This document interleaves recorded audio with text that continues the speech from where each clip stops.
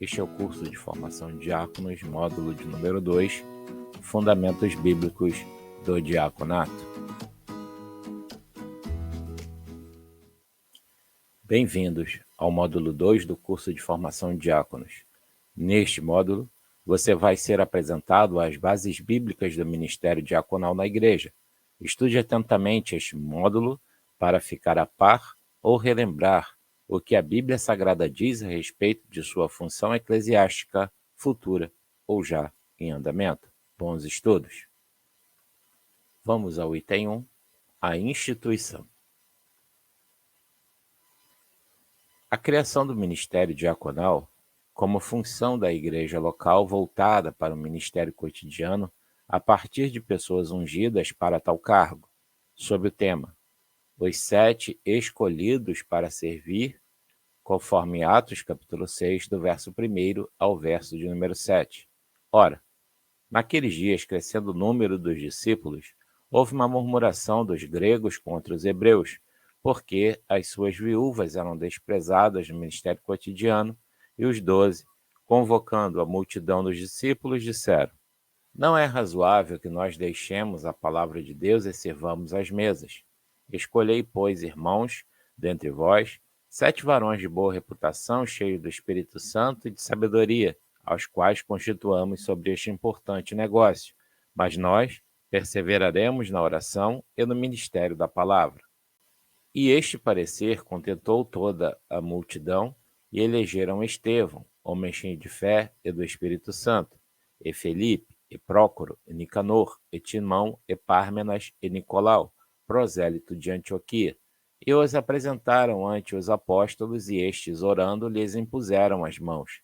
E crescia a palavra de Deus, e em Jerusalém se multiplicava muito o número dos discípulos, e grande parte dos sacerdotes obedecia à fé. Com a igreja dando seus primeiros passos, rumo ao cumprimento do ID, determinado por Cristo no registro de Marcos, em seu evangelho, lá no capítulo 16, verso de número 15, de ir ao mundo e pregar o evangelho a toda criatura, e incorporar esta criatura à comunhão da igreja, pelo batismo, conforme Marcos capítulo 16, verso de número 16.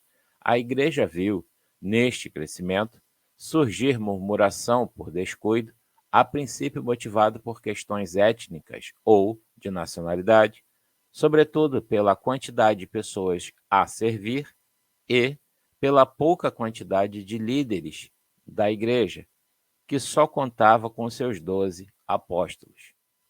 Eles, os apóstolos, tinham uma missão sobremaneira pesada, a de conduzir ao povo a palavra de Deus. Contudo, antes do ministério diaconal ordenado, também exerciam as funções deste, as quais trataremos nos módulos 4 a 6 deste curso. Diante tal quadro, fez-se necessário instituir um grupo de pessoas com as mesmas qualificações espirituais e morais dos apóstolos, contudo, voltada para este ministério cotidiano, e assim nasceu o primeiro corpo diaconal da igreja. Lembrando que os diáconos que foram instituídos, eles possuíam as mesmas qualificações espirituais e morais dos apóstolos. Vamos ao item 2, o exemplo do mestre. Jesus foi o maior exemplo de diaconia jamais visto antes dele na história bíblica e, com certeza, o maior exemplo em todas as Sagradas Escrituras, tendo Jesus servido à humanidade na sua participação na criação, a seus compatriotas judeus como o anjo do Senhor e em teofanias registradas no Antigo Testamento, com sua vida terrena registrada no Novo Testamento, e a toda a humanidade em seu sacrifício que nos redimiu de nossos pecados.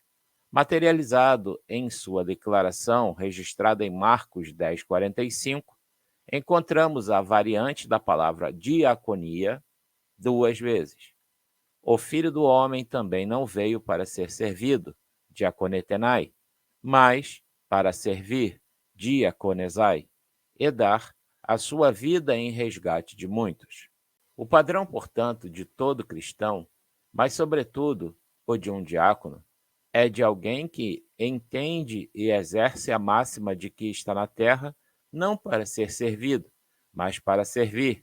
Isto nos impõe um tipo de negação a nós mesmos, a nossas vontades e até, de certa maneira, as nossas necessidades, o que representa a expressão dar a vida.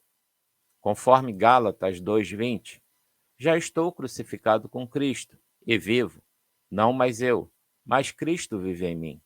E a vida que agora vivo na carne, vivo-a na fé do Filho de Deus, o qual me amou e se entregou a si mesmo por mim. Vamos ao item 3, outras citações. Filipenses, capítulo 1, verso 1. A saudação que denota a participação do diácono como ministro na igreja local. Paulo e Timóteo, servos de Jesus Cristo, a todos os santos em Cristo Jesus que estão em Filipos, com os bispos e diáconos.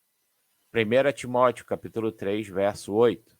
As qualificações morais de comportamento, de costumes e no serviço de suas posses.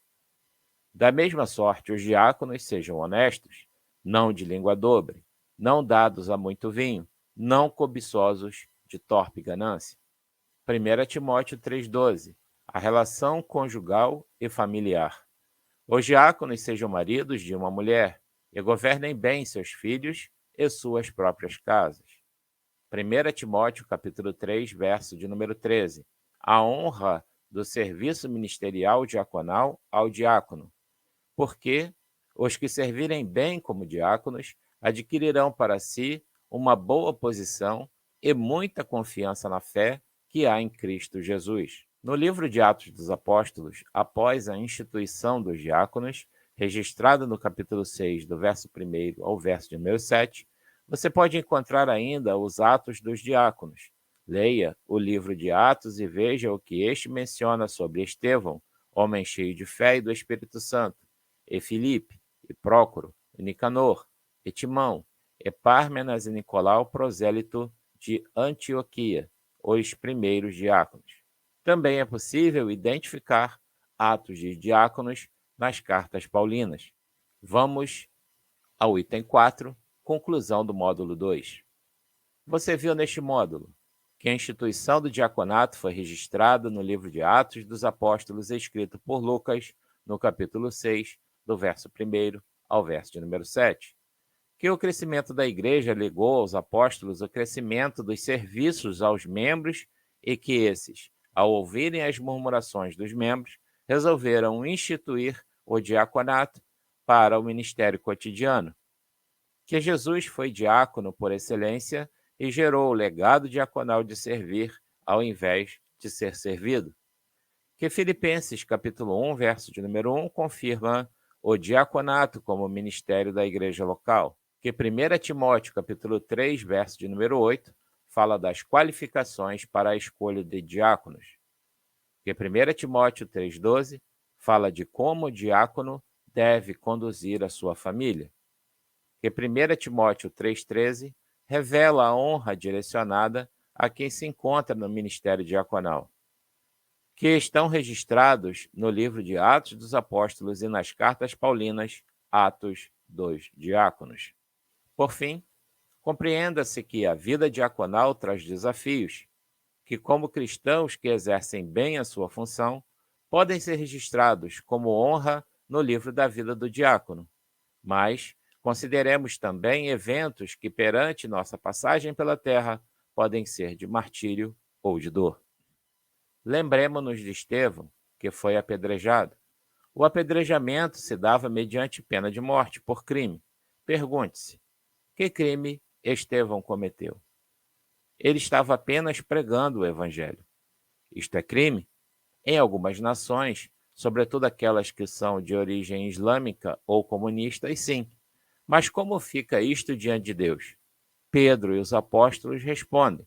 Porém, respondendo Pedro e os apóstolos disseram, mais importa obedecer a Deus do que aos homens, conforme está escrito em Atos, capítulo 5, verso de número 29.